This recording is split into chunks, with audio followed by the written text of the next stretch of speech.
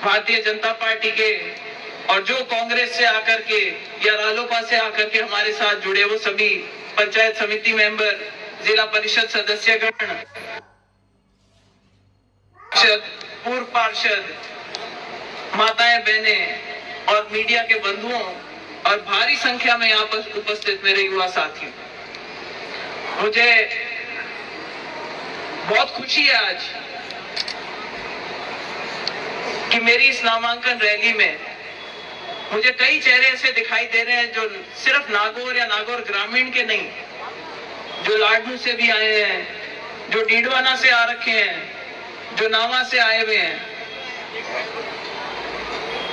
लगभग जायल से बहुत लोग पधारे हैं। मैं आपको बताना चाहती हूं कि जब मेरा टिकट की घोषणा हुई थी उसके आज के लगभग 13-14 दिन हो गए उस बात को। विजयदशमी के दिन हम पहली बार नागौर में प्रवेश जब किया तो भाटी चौराहे पे, जहां से नागौर की सीमा शुरू होती है, वहां से स्वागत करने के लिए लोग आगे आतुर थे। आगे आए तो कुचामन में भव्य स्वागत हुआ, संघ संचालन चल रहा था, वहां पे हमने उस कार्यक्रम में भी भाग लिया। उसके बाद आगे आए तो बूढ़सू फाटे पे, फिर खाटू के बाद रोड, गगवाना, चेनार से फिर हम अमरपुरा गए, लक्ष्मीदास जी के दर्शन करे, उसके बाद खरनाल गए, तेजाजी महाराज का आशीर्वाद लिया, फिर हम उसके बाद आगे ताकला के अंदर किशनदास जी महाराज के गए, इनाना में रात को खेड़ाधनी बाबा के दर्शन करे, बंसीवाला लास्ट में जाकर के हमने उस दिन का अपना कार्यक्रम समाप्त करा। और साथियों, जो जोश पूरे जिले में देखने को मिला तो मुझे एक बार को तो विश्वास ही नहीं हुआ कि मुझे लोकसभा का चुनाव लड़वा रहे हैं या विधानसभा का।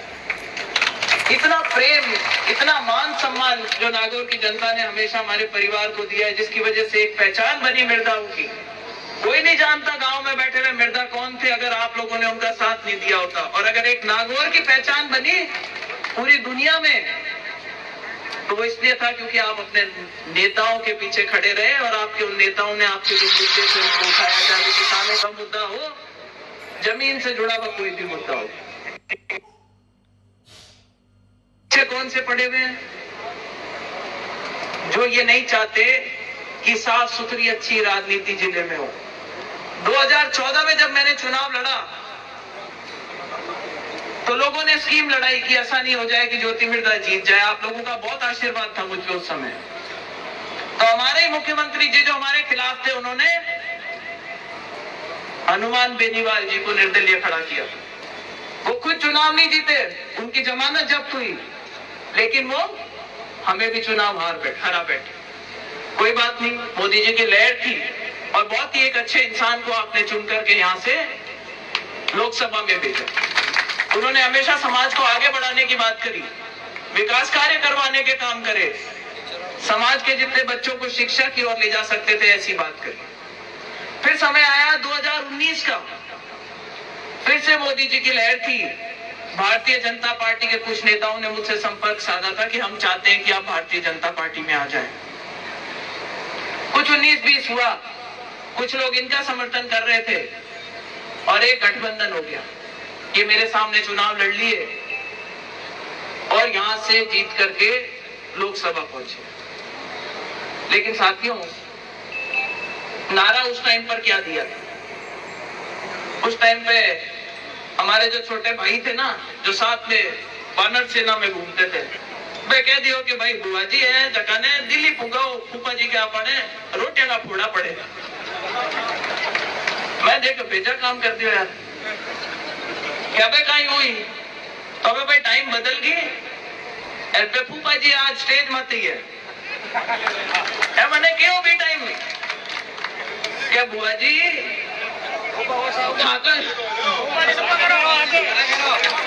तो भाई नरेंद्र जी भी आज यही आश्वासन देने आए। मेरे सासू जी भी, परिवार के और भी लोग बैठे हैं, सबने जिद करके मंच पे बुला लिया। ये आना नहीं चाहते थे मंच पे, और इन्होंने भी कहा कि भाई ऐसा है, मैं तो एक टाइम खाना खाता हूँ, कोई भी फल के पौधेगा, और ये तेरे नागौर से जाए बाद जो तेरे भतीजे है ना, किसी को नशे की लत पड़ गई और किसी के कानूनी पीछे कार्रवाइयां हो रही है, तू जाकर के इनको एक बार फिर से संभाल।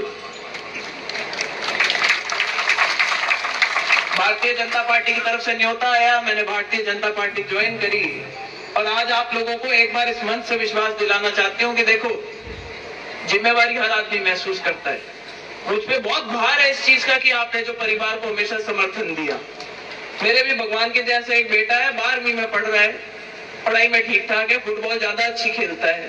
पूरा विश्वास है मुझे कि उसका भी कहीं ना कहीं एडमिशन हो जाएगा और इस साल वो भी चला जाएगा। तो बुआ जी बिल्कुल फ्री है भतीजों को ठीक करने के लिए।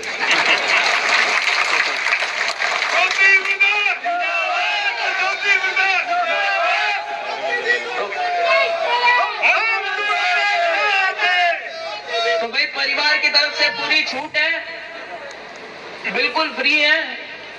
सामने वालों ने उठा करके एक आरोप लगाया कि साहब 4 जनरेशन इनकी आ गई और यहाँ पे नेतागिरी कर गए, इनका हेडक्वार्टर पे मकान नहीं है।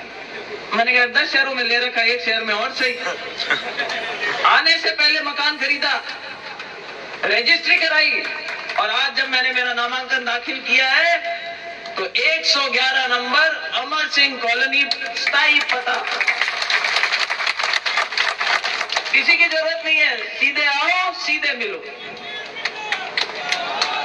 तो ये भी ओलबा किसी को नहीं मिलेगा, मेरे किसी कार्यकर्ता को। इसकी भी व्यवस्था करके इस बार नागौर में पैर रखा है अपन ने। रही बात भारतीय जनता पार्टी के कार्यकर्ताओं की, देखो मेरे साथ कभी भी कोई जुड़ा हुआ रहा, चाहे कांग्रेस पार्टी का था, चाहे भारतीय जनता पार्टी के लोग भी कभी काम कराने आ जाते थे ना, तो मैंने कभी भेदभाव रखा। और अब तो मेरी ड्यूटी बनती है कि मैं इस परिवार में नहीं आई हूं। यहाँ पे जो लोग पहले से स्थापित है, चाहे वो नेता हो चाहे कार्यकर्ता हो, आपको आगे रख के चलेंगे, आपका पूरा मान सम्मान करेंगे और जो वाजिब काम आप बताओगे उसको करने में आपको प्राथमिकता देंगे। भाई हम भी आए हैं, कांग्रेस से आए हैं, तो कहते नहीं कि गुड़ की बेड़ी पड़े जना की रेत ले रही उठे, तो मां भी आया जना की ले रही आया भी कोई नतीजो है कि आप देखो इतनी बड़ी तादाद में, इतनी बड़ी संख्या में बैठे आप लोग सब विराजमान हो। माँ को बात 3 घंटा होगी सभा चालता और माया भी थोड़ा मुड़ा ही आ बच्चों भरने पहले गया अपना, क्योंकि भाई मुहूर्त और अब तो टाइम हुए नहीं। पंडित कई हुए कि मन में वो गाल दे शंका कि मुहूर्त और गाड़ी और की नुकसान हो जावे जना खड़ खा। तो बिल्कुल घड़ी देख करके मुहूर्त के हिसाब से मैंने मेरा पर्चा दाखिल कर दिया। आप सबसे आशीर्वाद लेने के लिए